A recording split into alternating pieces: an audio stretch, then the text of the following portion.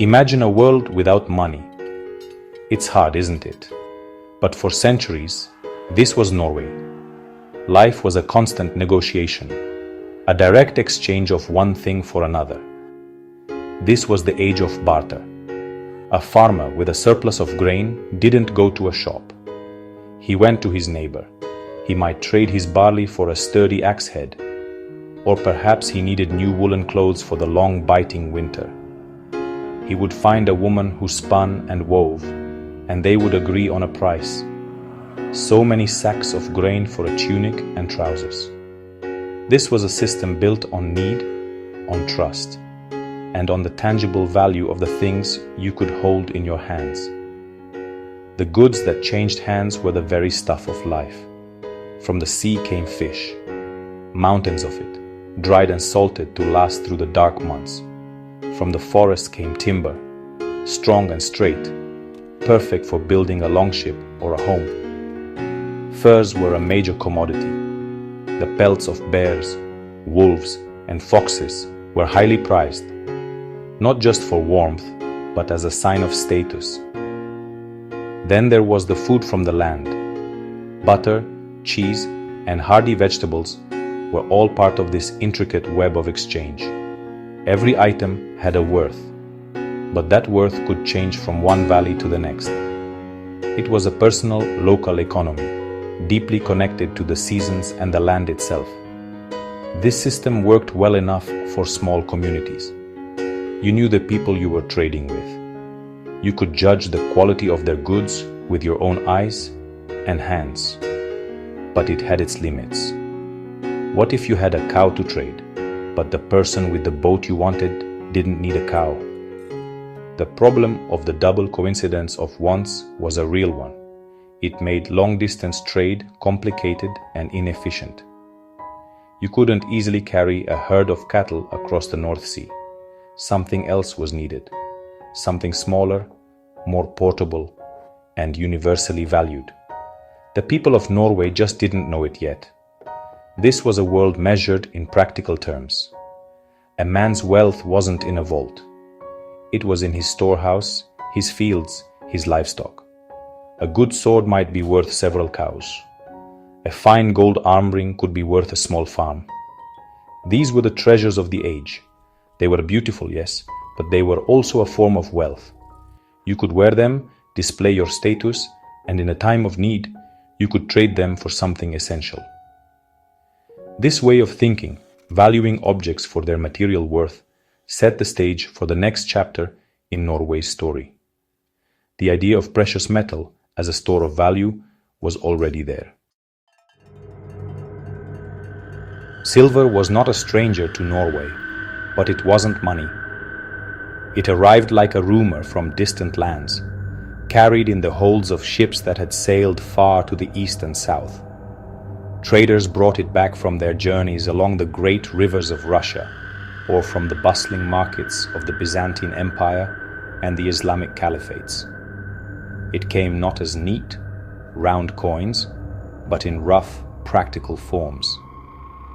You would see it as heavy ingots, solid bars of metal that felt cold and substantial in your hand. Or it might be jewelry, ornate brooches and arm rings, their value measured by their weight and purity. This raw silver was a solution to the problems of barter, but only a partial one. It was a universal standard of value. Everyone from Ireland to Constantinople recognized the worth of silver.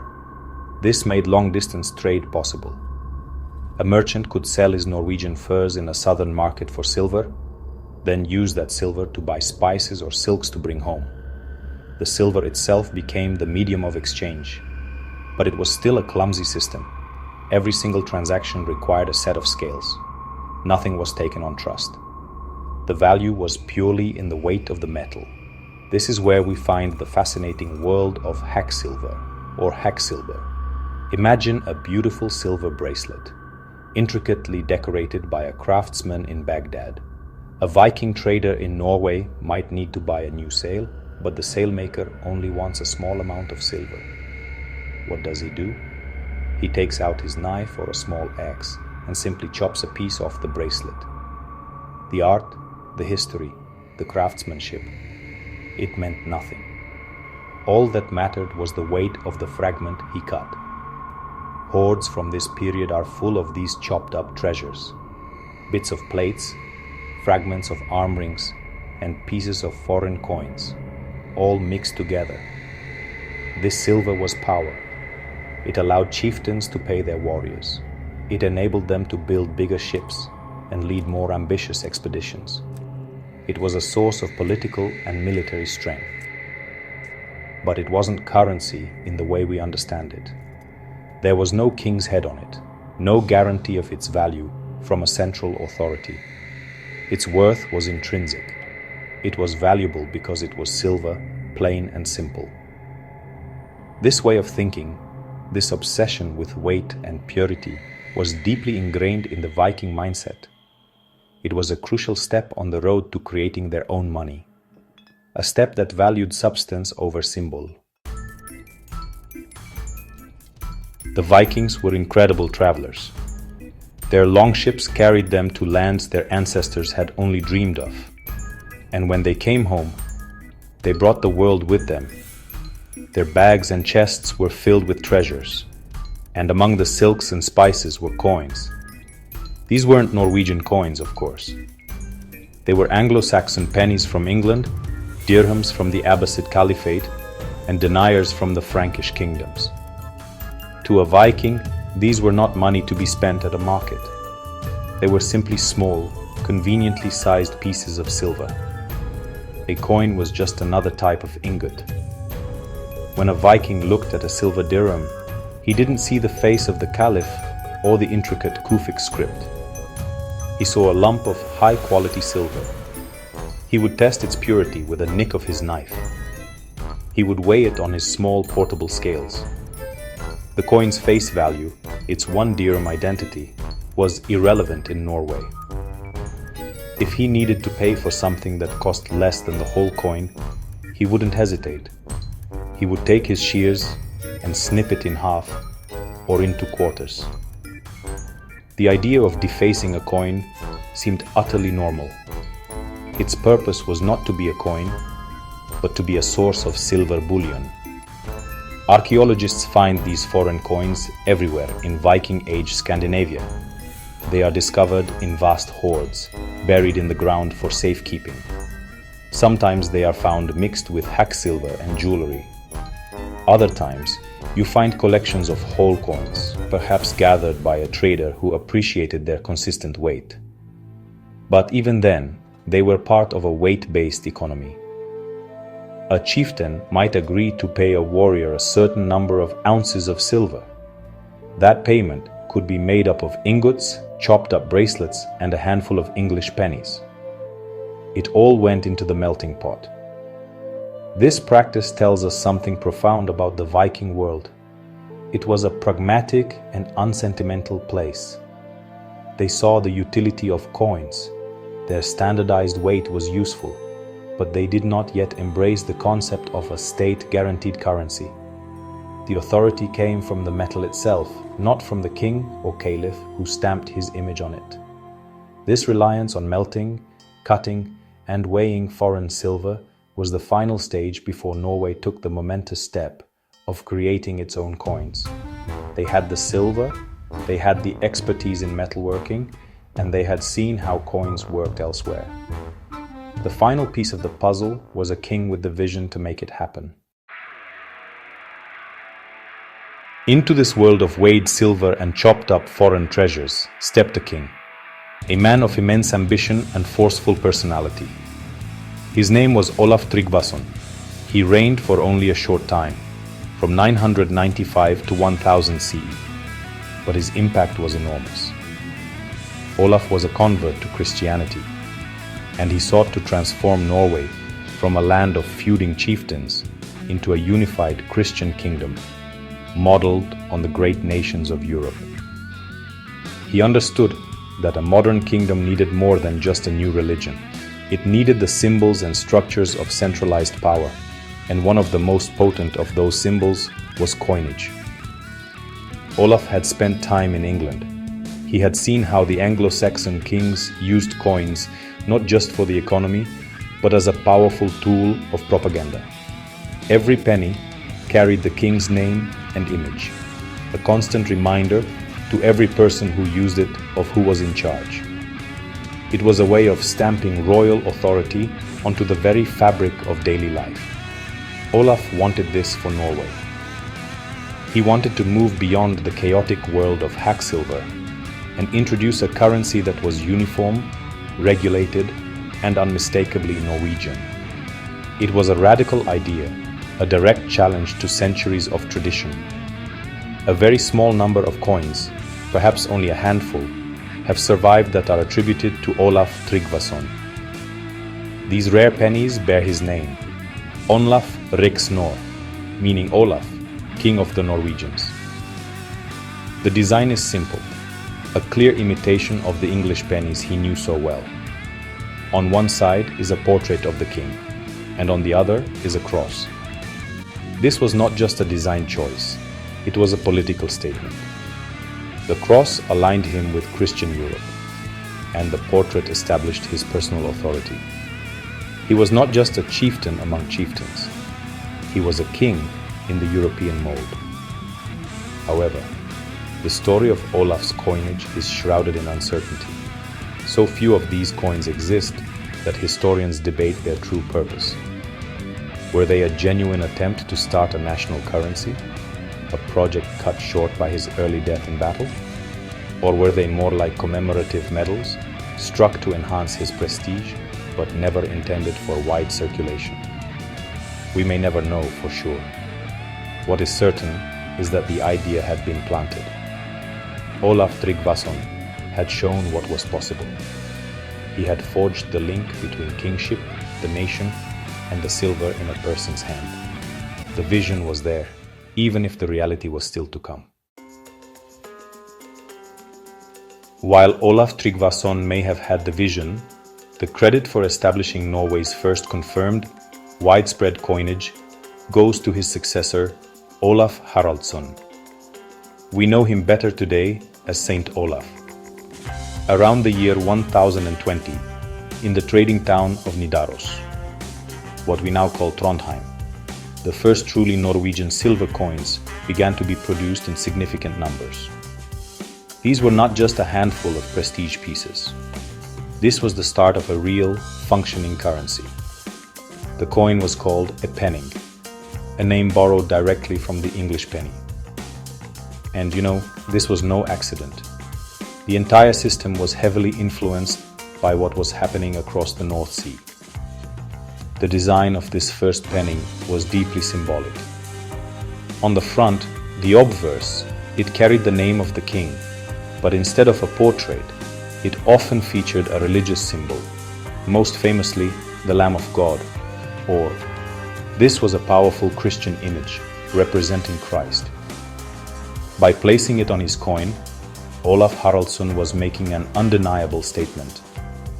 He was continuing the work of Christianizing Norway.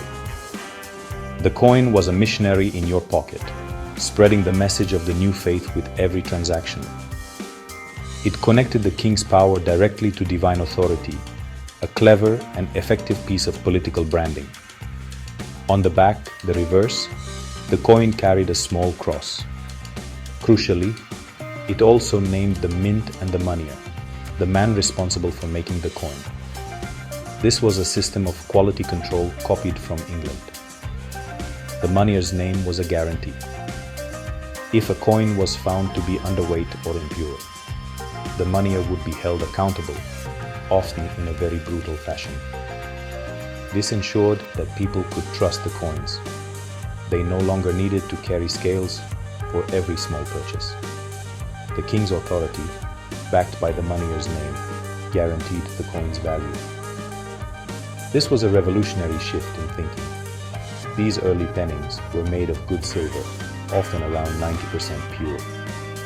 They were, however, quite rare and did not immediately replace the old system. For many years, hacksilver and Norwegian pennies were used side by side. But a crucial change had happened. For the first time, a person in a Norwegian market could hold a piece of silver that was stamped not just with a value, but with an identity. It was Norwegian, it was Christian, and it was guaranteed by the king. It was the birth of Norwegian money, a small silver disc that carried the weight of a nation's future. After the reign of Saint Olaf, the idea of a national coinage took firm root. The seed he had planted in Nidaros began to grow and spread across the kingdom. The kings who followed him understood the power of money. It was a source of revenue through the profits of minting. It was a way to pay soldiers and officials, and it remained a vital tool for communicating their authority to the people. Each new king was eager to put his own stamp, quite literally, on the nation's currency. This led to a period of expansion and experimentation in the 11th and 12th centuries. One of the most important developments was the establishment of new mints. Coin production was no longer confined to Nidaros in the north.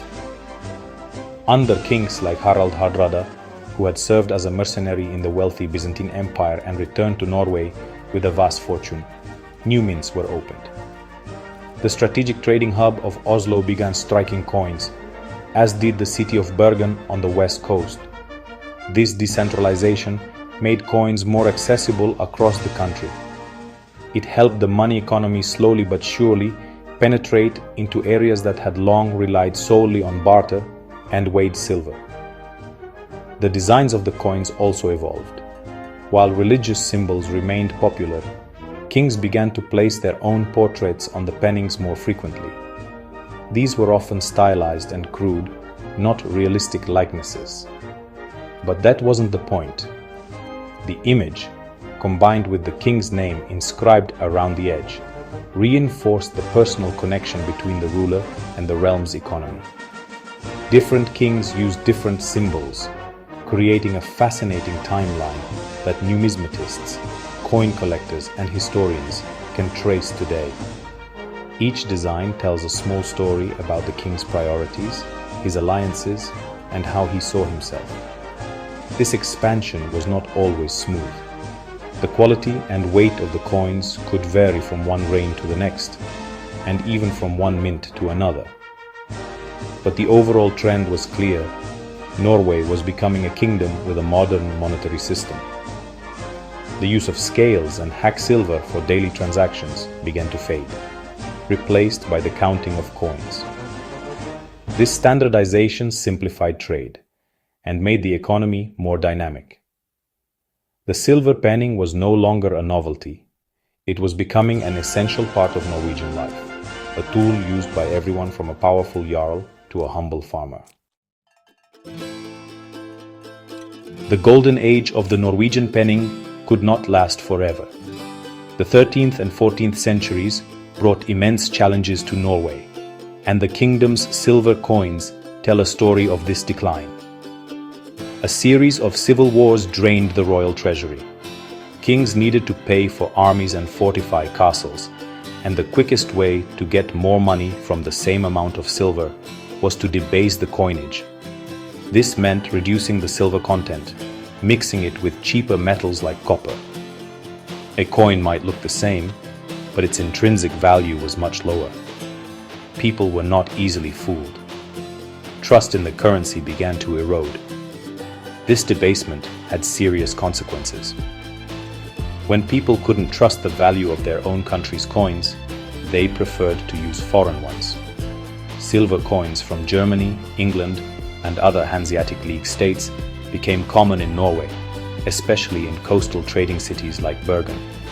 This further weakened the king's control over the economy. The Norwegian penning became less and less relevant. By the late 14th century, the production of Norwegian coins had slowed to a trickle. For long periods, no coins were minted in Norway at all. The economy fell back on a mixture of barter and the use of more reliable foreign silver. The final blow to Norway's independent coinage came with its political union with Denmark. Starting in the late 14th century, Norway was increasingly governed from Copenhagen. The Kalmar Union which formally united the crowns of Denmark, Norway, and Sweden, centralized power in the hands of the Danish monarch. Norwegian political and economic independence faded. When coinage was eventually reintroduced in Norway in the late 15th century, it was under Danish control. The coins were often struck in Denmark or at mints in Norway run by Danish authorities, and they followed Danish standards. These new coins were part of a Danish monetary system.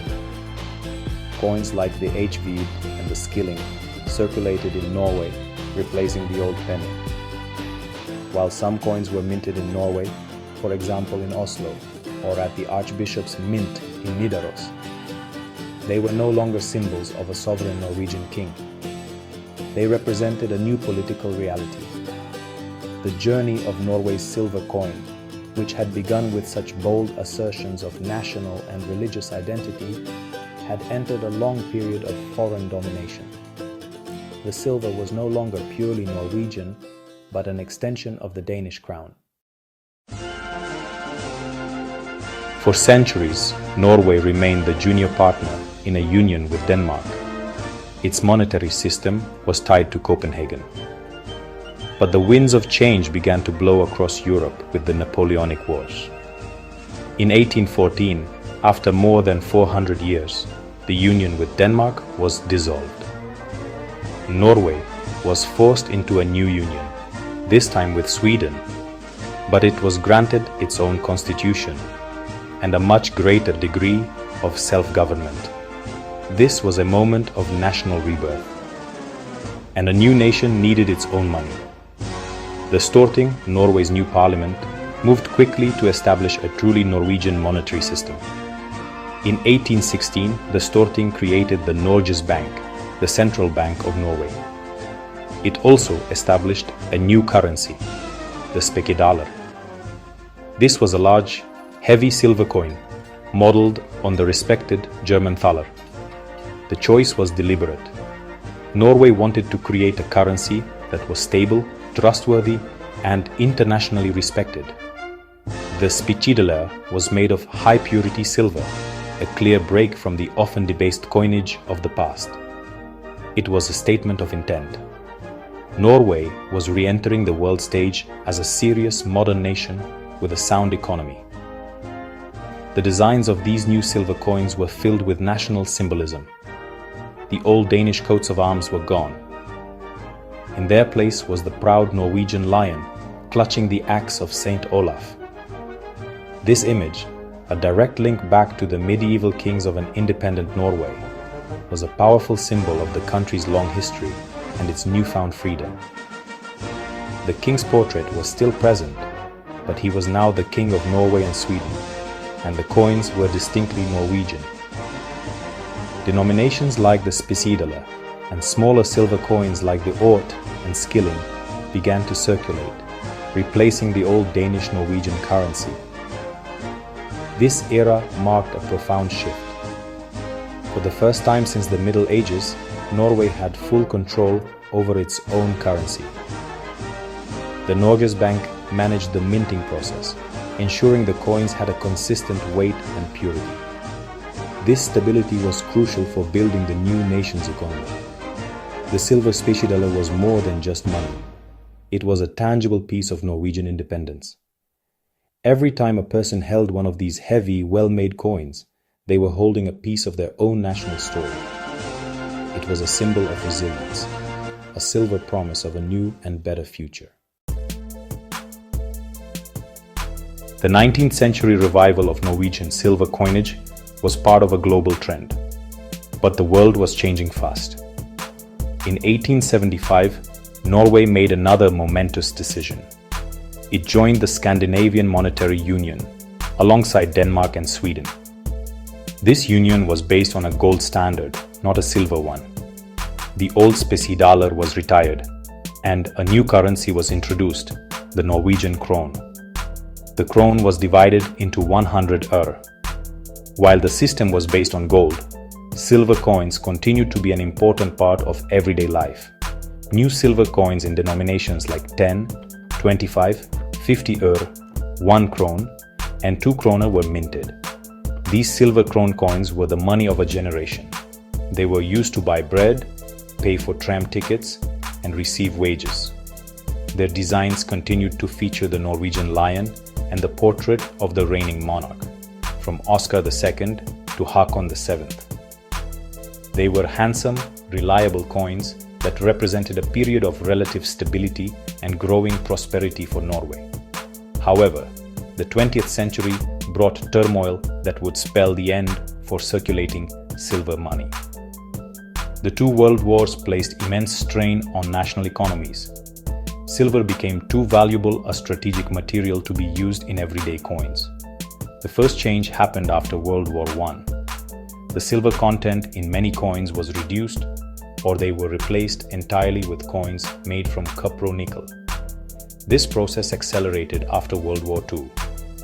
The days of silver as a common medium of exchange were numbered. The last Norwegian circulation coins with any silver content were minted in the 1960s. After that, all new coins for everyday use were made from cheaper, more durable base metals. The 1,000-year journey of Norwegian silver money, from the penning of St. Olaf to the crown of Olaf V, had finally come to an end. Today, silver coins are no longer in our pockets. Their story, however, is far from over. They have moved from the marketplace to the collector's cabinet. The Norges Bank and other mints now issue special commemorative silver coins. These are not for spending. They are beautiful objects made to celebrate national anniversaries, famous Norwegians, or important cultural events. They are treasured by numismatists who appreciate their history, artistry, and precious metal content. The silver coin, once a workhorse of the Norwegian economy, has become a cherished link to the past, a gleaming thread that connects us to the kings, traders, and ordinary people who built the nation.